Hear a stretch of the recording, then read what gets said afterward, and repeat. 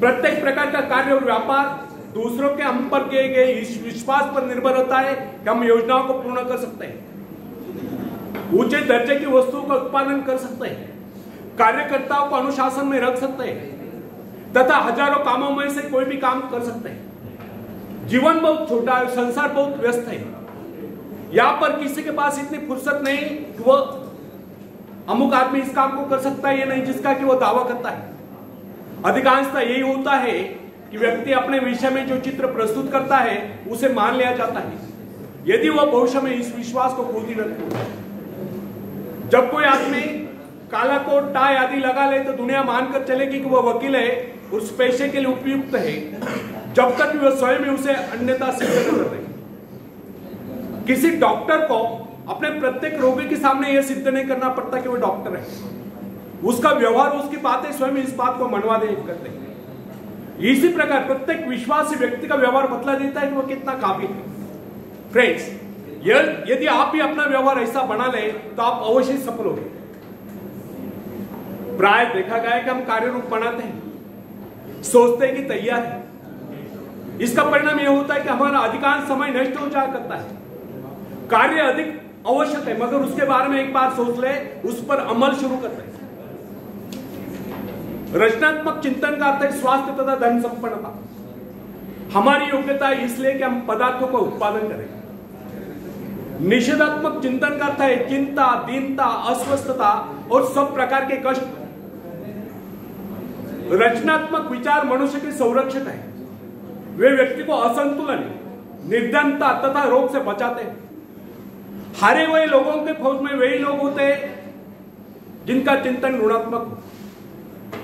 उत्साह, उल्लास, उद्यम और साहस, ये चार प्रवृत्तियां व्यक्ति की सबसे बड़ी संपत्ति है। जब नहीं करना चाहिए तब हम संकोच या लालच के मारे हाँ कर देते हैं, तो यह भी एक प्रकार का ऋणात्मक चिंतन ही है। जब हमारा निर्णय दोषपूर्ण होता है तब हम गलत सौदे कर बैठते हैं और साहस दिखाने वक्त धन लगाने में चूक जाते हैं और सब प्रकार की मूर्खतापूर्ण कार्यवाही कर बैठते हैं। निषेधात्मक मन इस स्थिति में नहीं होता कि वह महत्वपूर्ण विषय पर कोई उचित कदम उठा सके। तब हमसे भूलें होती है, त्रुटियां होती है, गलतियां होती है। साहस दिखाने वक्त हम रुक जाते हैं और रुकने योग्य समय अपने को रोक नहीं पाते। जब हम निरुत्साहित होते हैं, निराश होते हैं, असंतुलित होते हैं और आराम की स्थिति में पहुंचने के लिए भला बुरा कुछ भी कर देते हैं, तब समझ लेना कि हमारी चित्तवृत्ति निषेधात्मक विचारों से घिरी हुई है। जब हम भय और संदेह से ग्रस्त स्थिति में होते हैं तब भी हमारा मन निषेधात्मक विचारों से ग्रस्त होता है, क्योंकि निषेधात्मक स्थिति में मन सदा कायर बना रहता है। तब इसका परिणाम भी हमें भुगतना पड़ता है। उस समय हम आश्चर्य करते हैं, तब हम अनुभव करते हैं कि हमारी शक्ति कम हो गई है, हमारी इच्छा शक्ति निर्बल हो गई। जब हम में इच्छा शक्ति निर्बल हो जाती है तब नेतृत्व के गुणों वाले हम पिछलगु बन जाते हैं। इस प्रकार जो लोगों को अपने पीछे चलाता वही आंखें मूंदे लोगों के पीछे चलने लगता है। फ्रेंड्स, हमने जिस काम को पूर्ण करने का संकल्प किया है उसकी सिद्धि पर हमारा अटूट विश्वास होना चाहिए। हमें उसकी सफलता की हमें सफलता की आशा करनी चाहिए। हमें उसकी सफलता के लिए अपनी संपूर्ण मानसिक शक्तियां लगा देनी चाहिए। हमारी मानसिक शक्तियां अनिवार्यता उस कार्य को संपन्न करके रहे। आशा जितनी अधिक होगी उत्साह उतना ही उग्र होगा। उत्साह जितना उग्र होगा मानसिक प्रयत्न उतने ही प्रचंड होंगे, और मानसिक प्रयत्न जितने प्रचंड हो गए सफलता भी उतनी ही शीघ्रता से प्राप्त होगी। हमारी सारी मानसिक शक्तियों का स्वरूप हमारी आशा और हमारे संकल्प के अनुरूप होता है। फ्रेंड्स, जिस वस्तु को हमारा हृदय चाहता है उसके स्वरूप का निर्माण हमारी आशा आकांक्षा, हमारे उत्साह, हमारे विश्वास और हमारे दृढ़ संकल्प द्वारा होता है। परिणामतः वह वस्तु हमें साकार रूप में प्राप्त हो जाएगी। हमारे मन में वस्तु का जो चित्र विद्यमान रहता है उसी के आधार पर हमारी सारी मानसिक शक्तियां निर्माण करने में लग जाती है।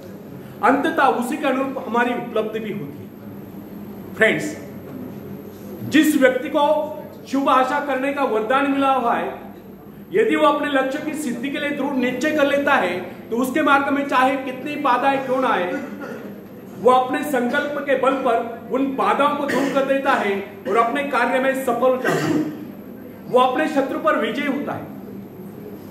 फ्रेंड्स, हमारे अंतःकरण में महान शक्तियां छुपी हुई, उन्हें हम ठीक से देखा, उन्हें पहचाने कि हमारे शरीर में किस प्रकार की विद्युत शक्ति है। अगर हम उसे जान ले तो हमारा काम सरल हो जाएगा। कार्लाइल ने इस बात को कहा है कि जब व्यक्ति सांस नाम की विद्युत धारा से अपना संबंध जोड़ने का गुर सीख जाए तो अपनी कार्य कुशलता में लाखों गुना वृद्धि करने में समर्थ हो जाता है। इसका कारण यह है, तब हम उस दिव्य शक्ति भंडार के सहयोगी तथा सहकर्ता हो जाएंगे। न केवल उस दिव्य शक्ति भंडार से स्वयं शक्ति प्राप्त करने में समर्थ हो गए, बल्कि औरों को भी शक्ति प्रदान करने में समर्थ हो जाएंगे। तब हम शक्ति का भंडार हो जाएंगे। इतनी अद्भुत शक्ति जिसका कि कभी स्वप्न में नहीं देखा होगा। जिस समय हमें ज्ञान हो जाता कि ये सारी शक्ति उसी अनंत स्रोत से आती है और हमारी ओर स्वतंत्र तथा उन्मुक्त रूप में प्रवाहित होती है, और अनंत स्रोतों से आने के कारण इसका प्रवाह भी अनंत है, तब हमारा अंतःकरण उस अनंत शक्ति में स्थापित हो जाता है। तब हमारे भीतर का अशिक्षित मन शिक्षित उठता है और तब बेईमानी, स्वार्थपरता, अपवित्रता जलकर नष्ट हो जाती है। ईश्वर वह नहीं जो मैं अच्छाइयों के प्रति अंधा बना दे, बल्कि ईश्वर वह है जो मैं अच्छाइयों को देखने की दिव्य दृष्टि प्रदान करे। धन्यवाद।